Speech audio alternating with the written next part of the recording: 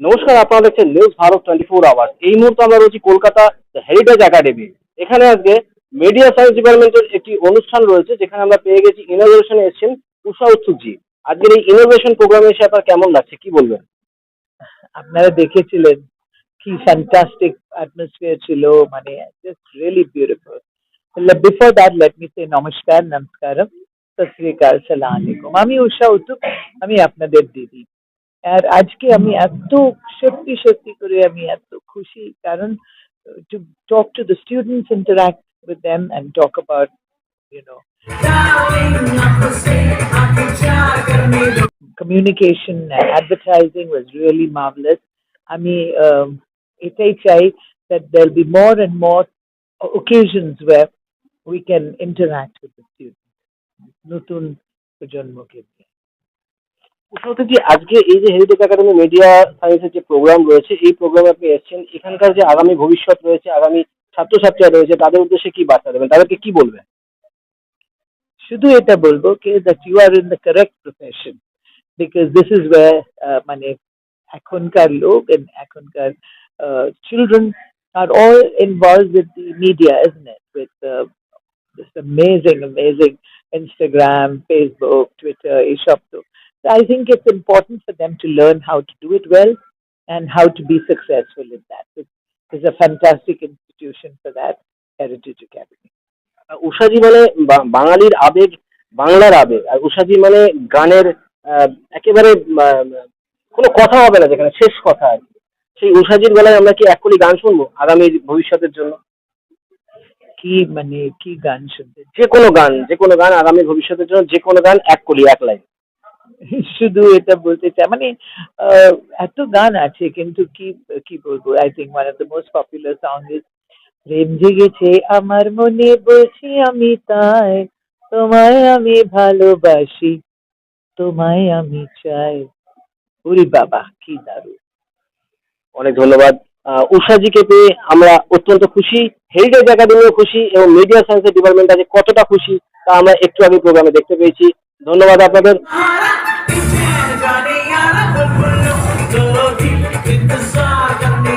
Heritage academy থেকে পালিত হলো অ্যাড আড্ডা 2023। অনুষ্ঠানকে অন্য মাত্রায় পৌঁছে দিলেন বিশিষ্ট সঙ্গীত শিল্পী, অর্থাৎ আমার আপনার ভালোবাসার মানুষ এবং মনের মানুষ উষা উত্থুপ। বিজ্ঞাপন এবং বিপণনের গতিশীল জগতে মিডিয়া সায়েন্সে কলকাতার অন্যতম সেরা কলেজ হেরিটেজ একাডেমি কলকাতা প্রতি বছরের ন্যায় এবছরও 25 এবং 26 সেপ্টেম্বর ছাত্রছাত্রীদের জন্য আয়োজন করেছিল অ্যাড আড্ডা 2023। মিডিয়া জগতের ছাত্রছাত্রীদের জন্য এটি একটি অনন্য সুযোগ। হেরিটেজ কলেজ থেকে আয়োজিত এই অনুষ্ঠান 25 সেপ্টেম্বর অর্থাৎ এ বছর সপ্তম বর্ষে পদার্পণ করল। অ্যাড আড্ডা দ্য হেরিটেজ একাডেমির ফ্ল্যাগশিপ বার্ষিক বিপণন যোগাযোগ ইভেন্ট। ছাত্রছাত্রীদের জন্য এটি একটি বড় প্ল্যাটফর্ম, যেখানে ছাত্রছাত্রীরা শিল্পের সেরা ব্র্যান্ডগুলির সাথে সরাসরি এক্সপোজার পায়। অনুষ্ঠানে উপস্থিত ছিলেন বিখ্যাত ভারতীয় প্লেব্যাক সিঙ্গার উষা উত্থুপ, ছিলেন জনপ্রিয় ইউটিউবার শমিক অধিকারী। অনুষ্ঠানের মধ্যে ছিল বিভিন্ন রকমের ইভেন্ট, যার মধ্যে অন্যতম 360 ডিগ্রি বিপণন প্রচারাভিযান ডিজাইন করা, কপিরাইট করা, বিজ্ঞাপনের জিঙ্গল তৈরি করা, বিজ্ঞাপন ডিজাইন করা, বিজ্ঞাপন ফিল্ম তৈরি করা ইত্যাদি। কলকাতা থেকে আমাদের সাংবাদিক শর্মিষ্ঠার সঙ্গে আজ খবর পাঠে আমি রয়েছি রিয়াঙ্কা। পেয়ে গেছি ডিপার্টমেন্টাল হেড অর্থাৎ ডিনকে। তিনি কি বলছেন আমরা শুনবো। তিনি আজকের এই যে অনুষ্ঠানে উষা উত্থুপজি উপস্থিত ছিলেন, এবং বেশ কিছু নামি দামি মানুষ এখানে এসেছিলেন, কি বলবেন? আজকের অনুষ্ঠানটা বিজ্ঞাপনকে ঘিরে, মার্কেটিং কমিউনিকেশনসকে ঘিরে। প্রত্যেক বছর আমরা এরকম স্টলওয়ার্ডসকে নিয়ে আসি। উষা উত্থুপ ছিলেন আজকে বিজ্ঞাপন, জিঙ্গলস, তার জিঙ্গলসের সফর নিয়ে কথা বললেন। আরও আছেন অনিরুদ্ধ রায়চৌধুরী কালকে, প্লাস আছেন বিজ্ঞাপনের president advertising club of Calcutta mister Kanchan Dutta, plus আছেন অনন্দিতা বোস। এইরকম প্রত্যেক বছর আমরা করি। গতবার ছিলেন প্রহ্লাদ কাক্কর, এর মাঝেও অঞ্জন দত্ত এসেছিলেন। বাচ্চাদের এটা একটা অপরচুনিটি দেওয়া হয় যাতে তারা তাদের নিজস্ব ক্রিয়েটিভিটি এই সমস্ত স্টলওয়ার্সদের সামনে দেখাতে পারেন। আগামী দিনে এই আর কি কি পরিকল্পনা রয়েছে, কিভাবে এগোতে চাইছেন এই ডিপার্টমেন্টটাকে? এই ডিপার্টমেন্টকে আমরা এগিয়ে নিয়ে যেতে চাইছি বিভিন্ন রকমের এক্সপোজার দিয়ে। যারা জার্নালিজম নিয়ে হবে একটা অনুষ্ঠান সামনে জানুয়ারি মাসে, তারপরে আছে ফিল্ম নিয়ে মার্চ এপ্রিল মাসে। আমরা এগুলো করতেই থাকি যাতে বাচ্চারা তাদের একটা প্ল্যাটফর্ম পায় তাদের যে নিজস্ব সক্রিয়তা দেখানোর জন্য। ডিপার্টমেন্ট থেকে শোনা গেল যে এই ডিপার্টমেন্টটি বিগত 7 বছর আগে শুরু হয়েছিল।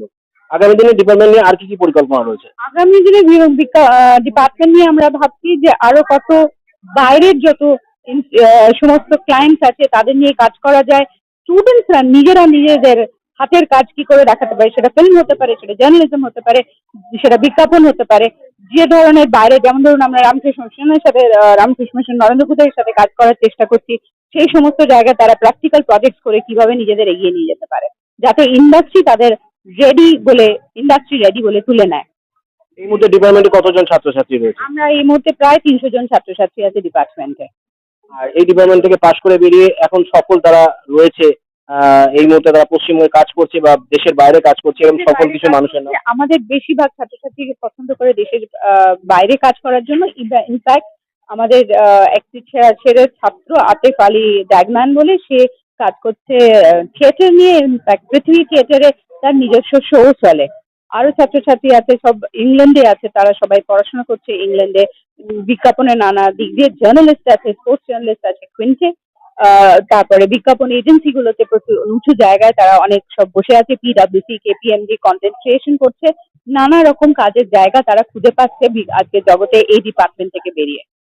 অর্থাৎ ম্যাডামের কথায় অত্যন্ত সফল একটি academy, the heritage academy in Kolkata আপনাদের সকলকে আমন্ত্রণ জানাচ্ছে। আপনারা সকলে আসুন, একবার ঘুরে যান একাডেমিতে।